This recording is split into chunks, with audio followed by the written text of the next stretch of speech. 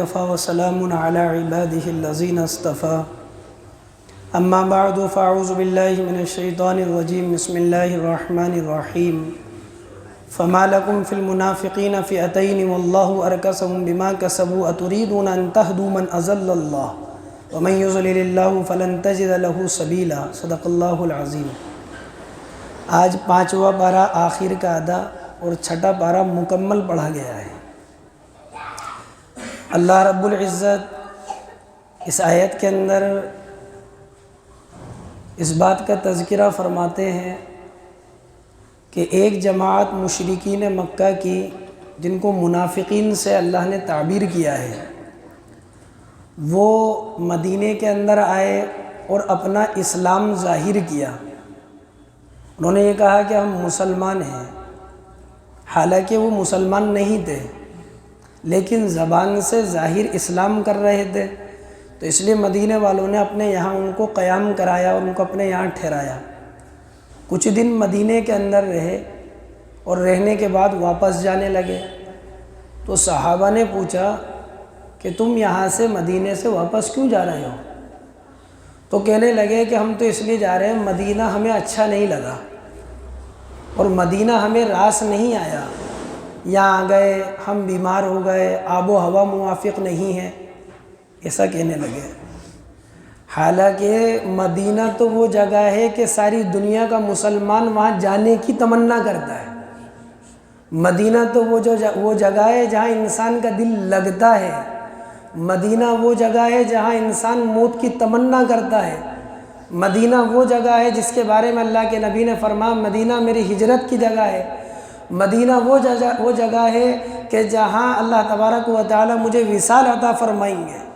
انصار سے اللہ کے نبی علیہ السلام نے فرمایا تھا، انصار کے لوگ جب مکہ فتح ہوا تو آپس میں بات کر رہے تھے کہ کہیں ایسا تو نہیں ہے کہ آج مکہ فتح ہو گیا اور حضور یہیں ٹھہر جائیں گے مکہ میں۔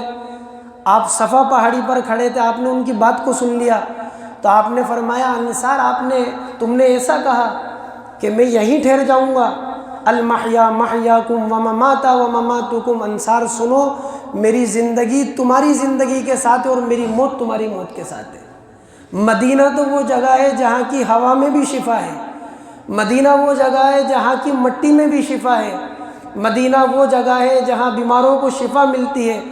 مدینے سے بڑھ کر ساری کائنات کے اندر وہ جگہ جہاں حضور صلی اللہ علیہ وسلم آرام فرما رہے ہیں، جو جگہ حضور کے جسم سے لگی ہے وہ جگہ ساری کائنات کے اندر سب سے زیادہ افضل اور سب سے زیادہ اعلیٰ، اور وہ جگہ مدینے کے اندر موجود ہے۔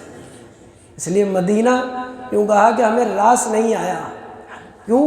کیونکہ یہ منافقین تھے، مشرکین تھے، اس لیے انہوں نے ایسی بات کہی۔ صحابہ نے کہا دیکھو کہیں بھی چلے جاؤ تمہاری نجات حضور صلی اللہ علیہ وسلم کی اتباع کے اندر ہے۔ جب یہ لوگ چلے گئے تو صحابہ کی دو جماعت ہو گئی۔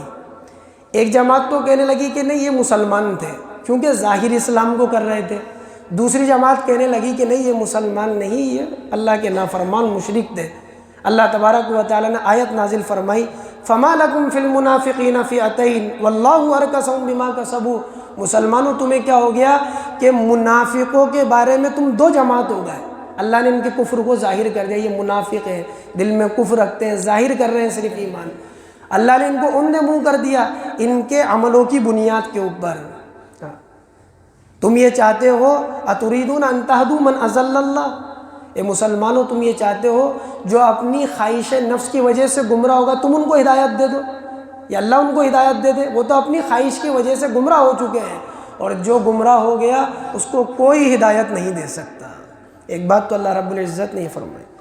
دوسری چیز یا ایھا الذین آمنوا اوفوا بالعقود احلت لکم بہیمۃ الانعام الا ما یتلی علیکم غیر محل الصید وانتم حرم، 6 پارے کے اندر سورہ مائدہ ہے۔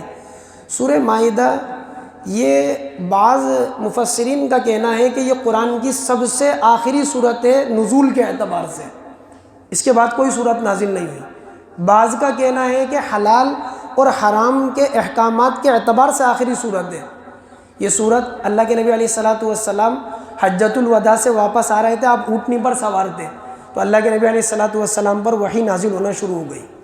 اب جیسے وحی نازل ہوئی تو جب وحی نازل ہوتی تھی تو آپ علیہ السلام کے اوپر پسینہ آ جایا کرتے تھے، وحی کا ایک بوجھ ہوا کرتا تھا اس کی ذمہ داری کا، قرآن کا، تو وہ اونٹنی چل نہیں پائی، رک گئی۔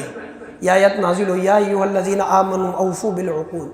فرماتے ہیں کہ اس سورت کے نزول کے بعد 80 دن کے بعد آپ کا وصال ہو گیا اللہ کے نبی علیہ السلام کا۔ اما عائشہ رضی اللہ تعالیٰ عنہ کے پاس ایک شخص آئے، اما عائشہ نے کہا کیا تم سورہ مائدہ پڑھتے ہو؟ انہوں نے کہا کہ جی ہاں پڑھتا ہوں۔ فرمایا کہ حلال اور حرام کے احکامات کے اس صورت کے بعد کسی اور صورت میں نازل نہیں ہوئے۔ جو اس صورت کے اندر حلال اور حرام کے احکامات نازل ہو گئے، اس کے بعد کوئی اس حکم منسوخ نہیں ہوا حلال اور حرام ہونے کے اعتبار سے۔ اللہ رب العزت فرماتے ہیں، یا ایھا الذین آمنوا اوفوا بالعقود، اے ایمان والو اپنے معاہدوں کو پورا کرو، اپنے وعدوں کو پورا کرو۔ ایمان والے کی صفت ہوتی ہے کہ جب وعدہ کرتا ہے تو پورا کرتا ہے۔ منافق کی صفت ہوتی ہے جب وعدہ کرتا ہے تو وعدہ خلافی کرتا ہے۔ حدیث میں آتا ہے منافق کے بارے میں، اذا اؤتمن خان، جب امانت رکھی جاتی ہے خیانت کرتا ہے، جب وعدہ کرتا ہے تو اس کو پورا نہیں کرتا۔ وَإِذَا وَعَدَ أَخْلَفَ، جب وعدہ کرتا ہے تو پورا نہیں کرتا۔ وَإِذَا حَدَّثَ كَذَبَ، جب بات کرتا ہے تو جھوٹ بولتا ہے۔ اس لیے فرمائے ایمان والو اپنے وعدوں کو پورا کرو۔ وعدے 3 طرح کے ہوتے ہیں۔ ایک عہد اور معاہدہ انسان کا اللہ سے ہے، نماز پڑھوں گا، روزہ رکھوں گا، زکوٰۃ دوں گا، عبادت کروں گا، اطاعت کروں گا، یہ اللہ اور اس کا معاملہ ہے۔ فرمایا ایمان والو وعدوں کو پورا کرو، کہ ایک معاہدہ اللہ سے پورا کرو۔ دوسرا معاہدہ اپنے نفس پر ہے۔ ایک ایمان والا ہے، اس نے کہا میرا یہ کام ہو گیا تو میں اتنے روزے رکھوں گا، میرا کام ہو گیا تو میں نماز پڑھوں گا، میرا کام ہو گیا تو میں صدقہ کروں گا، یا اس نے قسم کھا لی اللہ کی قسم میں ایسا کروں گا، یہ اپنے نفس پر اس نے لازم کر لیا۔ فرمایا اے ایمان والو اپنے وعدوں کو پورا کرو۔ ایک وعدہ اللہ سے، وہ بھی پورا کرو، جو تم نے لازم کر لیا وہ بھی پورا کرو۔ تیسرا وعدہ، وہ وعدہ جو انسان سے کرتا ہے، فلاں وقت میں ملوں گا، فلاں وقت میں تمہیں ایسا کر دوں گا، یا یہ دے دوں گا، جو بھی وعدہ آپس کے اندر کرتا ہے، یا ایھا الذین آمنوا اوفوا بالعقود، اے ایمان والو اپنے وعدوں کو پورا کرو۔ جو انسان وعدوں کو پورا کرنے والا ہے اس کے لیے بشارتیں ہیں، جو وعدوں کو پورا نہیں کرتا اس کے لیے وعیدیں ہیں۔ اللہ تعالیٰ ہمیں عمل کی توفیق نصیب فرمائے۔